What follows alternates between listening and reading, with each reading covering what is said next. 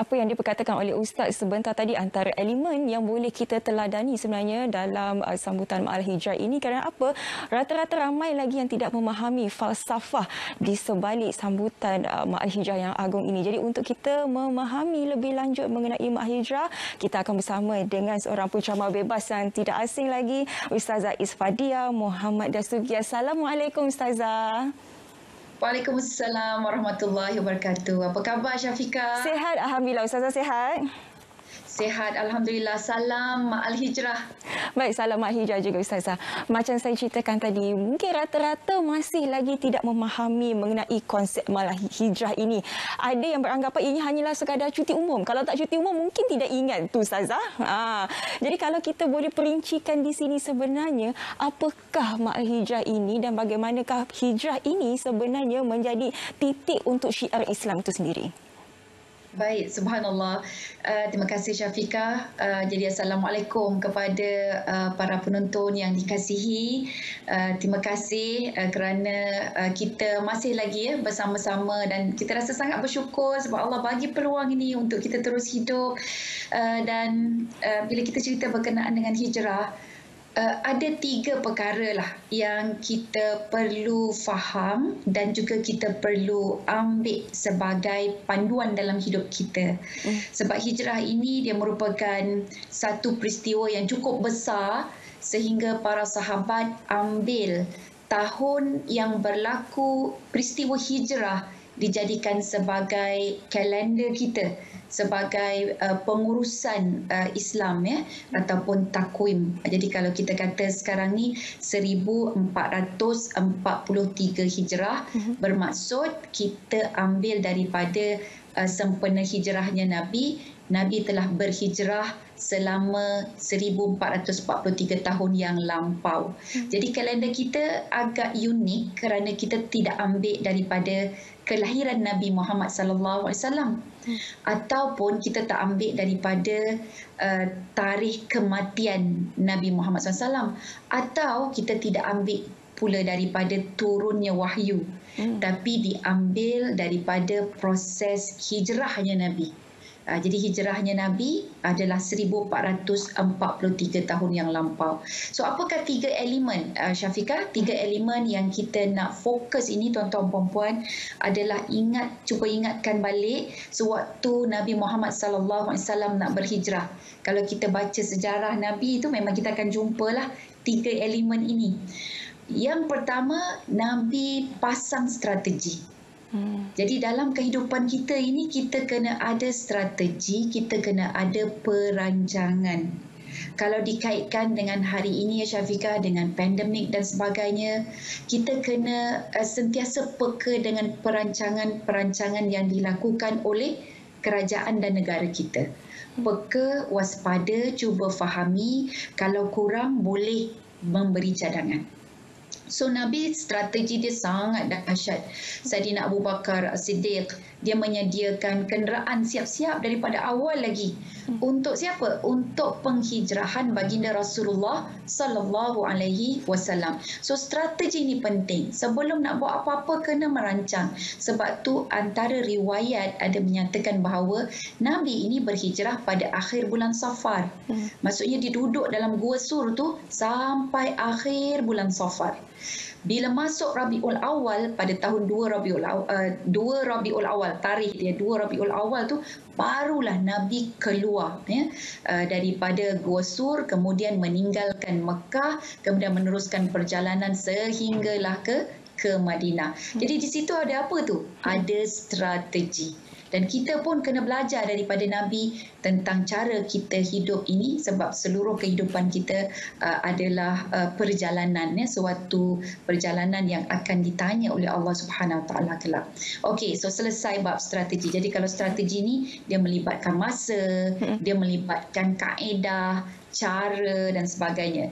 Okey, yang kedua pula adalah semangat dan keberanian. Bukan calang-calang orang yang nak menemani baginda sallallahu alaihi wasallam, Saidina Abu Bakar As-Siddiq sendiri kan. Dia betul-betul kerana berani dan juga bersemangat, berwaspada sehingga Saidina Abu Bakar As-Siddiq pun masuk dalam gua sur tu, tengok binatang-binatang yang berbisa kan. Jadi dia sentiasa berwaspada dan juga bersemangat, berani untuk melakukan penghijrahan. Okey. Begitu juga dalam kehidupan kita. Jangan mudah lemah semangat. Kita kena sentiasa berani.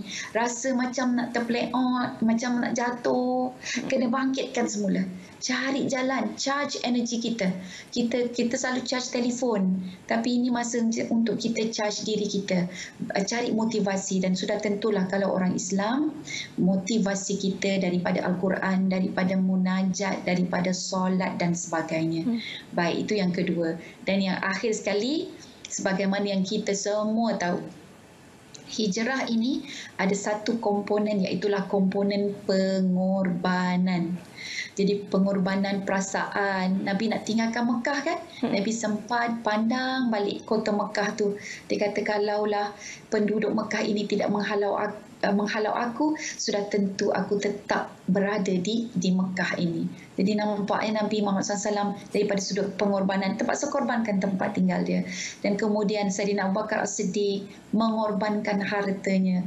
Jadi banyak pengorbanan yang dilakukan. Dan tadi kalau kita dengar persaudaraan tu kita nak terima tetamu pun itu merupakan satu pengorbanan. Jadi situlah hijrah, Syafiqah, 3 perkara penting di mana kita semua perlu ambil sebagai panduan-panduan hidup seandainya kita nak berjaya. Kembali kepada Syafiqah. Baik Ustazah, kalau kita boleh lihat di awal tahun ini di mana kerajaan memperkenalkan dasar manhaj Rabbani, dan dalam dasar ini kita ada 3 ciri utama, iaitu kita ada taqafah dan ruhaniyah dan juga dakwah.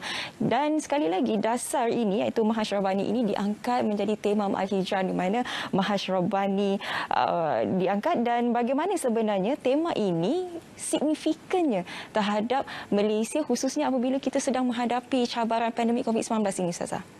Ya, okey. Terima kasih Syafiqah. Bila sebut manhaj Rabbani, manhaj ini maksudnya cara ataupun pendekatan. Jadi dalam bahasa Arab, manhaj maksudnya pendekatan, kaedah, cara. Dan Rabbani adalah apa-apa yang berkait rapat dengan ketuhanan ataupun Allah Subhanahu Wa Taala. Maka ulama kita yang bernama Syekh Said Hawa, dia kata apa? Dia kata nak capai Rabbani ni, betul kata Syafiqah, dia kena ada 3 unsur. Jadi 3 unsur untuk Rabbani. Pertama, saqafah. Saqafah tu tak boleh lari daripada ilmu. Jadi kita ni nak cemerlang dekat dunia, kena ada ilmu. Nak cemerlang dekat akhirat, kena ada ilmu. Nak cemerlang di dua-dua tempat pun kena ada ilmu. So saqafah adalah ilmu dan ketamadunan, pengalaman, maklumat, fakta, data, itu adalah saqafah. Yang kedua, perlu ada apa? Rohani.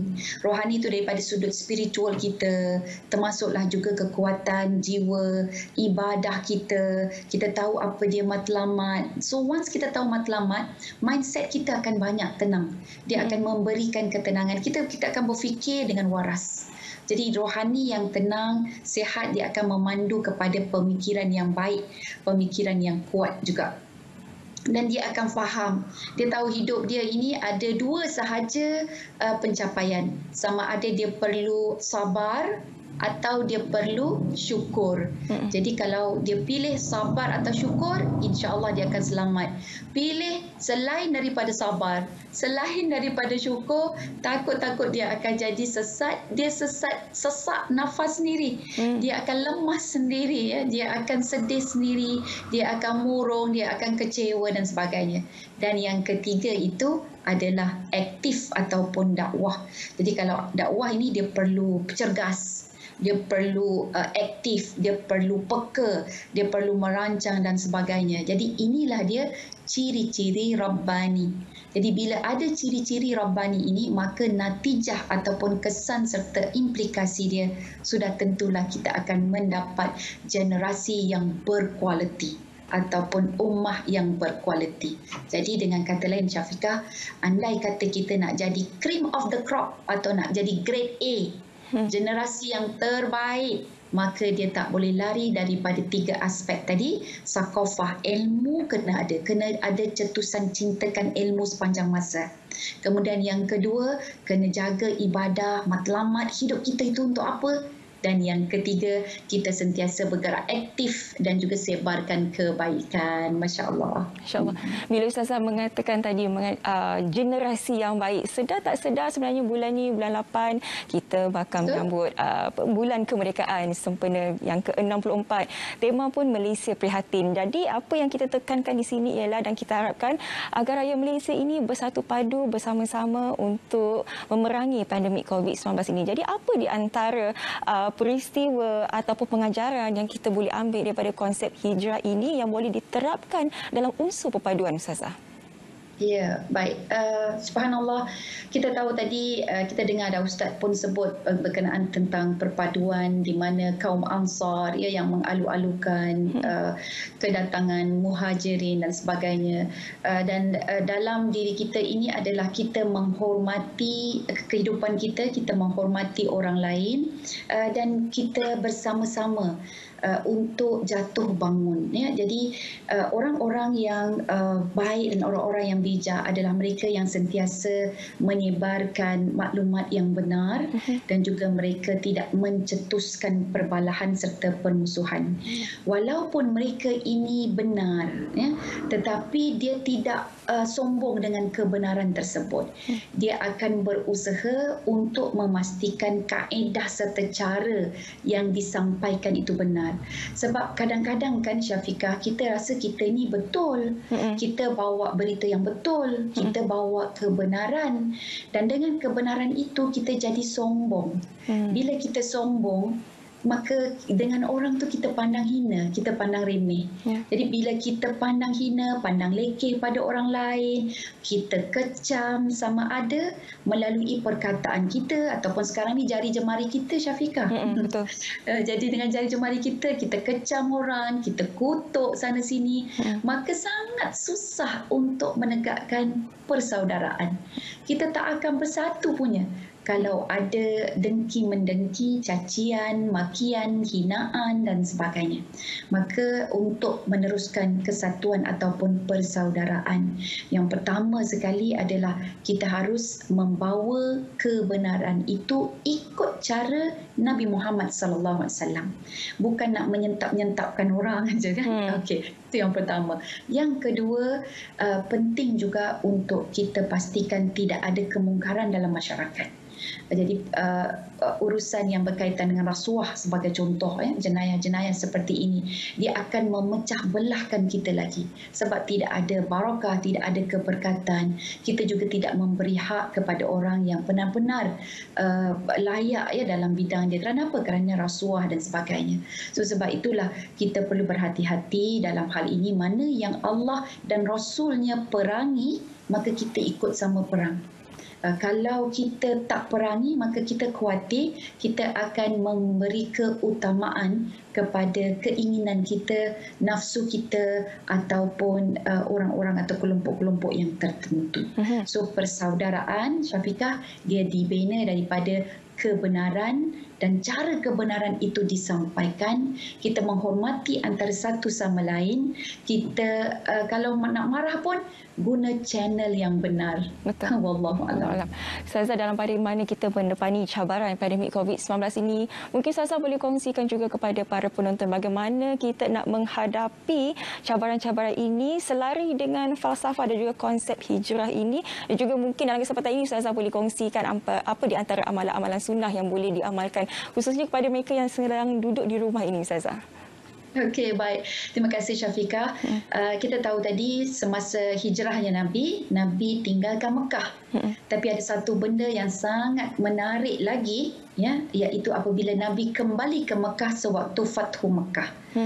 Dan Nabi berpesan kepada kita, yang ini juga yang kita kena pegang. Kita menjawablah apa soalan Syafiqah itu tadi kan. Iaitulah Nabi kata, la hijrata. Tak ada lagi hijrah ba'dal fathi, selepas pembukaan kota Mekah. Walakin, akan tetapi hijrah itu menyamai apa? Al-jihad wan niyah. perjuangan dan juga niat. Maka untuk kita mendepani pandemik ya dengan wabak dan sebagainya, jangan berhenti berjuang. Jihad. So jihad ini berjuang, jaga SOP, jaga kesihatan kita dan sebagainya. Memang kadang-kadang kita rasa SOP ni macam benda yang remeh. Alah, sikit-sikit SOP. Tapi kita kena tahu kita ni bukannya pakar dalam bidang ni kan. Jadi setakat mana yang kita tahu, kita buatlah, itu yang terbaik. So dia dikira sebagai jihad dan juga perjuangan kita. Dan yang kedua adalah niat. Betulkan niat kita, ikhlaskan kerana Allah Subhanahu Wa Taala. Kalau kita tak tahu, cari ilmu dan sebagainya. Dan seterusnya Syafiqah, bertepatan dengan bulan Muharram. Bulan Muharram ini adalah salah satu daripada 4 bulan-bulan yang diharamkan oleh Allah, di mana kita digalakkan sangat untuk beramal dengan amal-amal yang baik ya, dan akan dilipat gandakan pada bulan-bulan haram ni. Jadi Muharram adalah waktu yang baik untuk kita berpuasa, waktu yang baik untuk kita bertadarus suami dengan isteri ya. Okey, dan kita juga dengan anak-anak, kita baca Al-Quran, kita bersedekah. So plan amalan-amalan yang disukai sebagaimana dalam bulan Ramadan tu kita bawa balik. Cuma tarawih je lah, tak boleh nak bawa lagi kan. Sembahyang malam boleh. Jadi kita teruskan amalan-amalan tersebut kerana bulan ini juga dikenali sebagai Syahrullah ataupun bulan Allah. Baik. Terima kasih Ustazah Isfadiah Muhammad Dasuki, seorang pensyarah Bahasa Kerana sudi berkongsi dengan kita penjelasan yang sangat lengkap dan total daripada semua sudut elemen. Jadi diharapkan penonton Selamat Pagi Malaysia dapat menimba ilmu yang diberikan oleh Ustazah sebentar tadi. Terima kasih Ustazah. Assalamualaikum. Terima kasih Syafiqah, jaga diri. Baik, sama-sama Ustazah.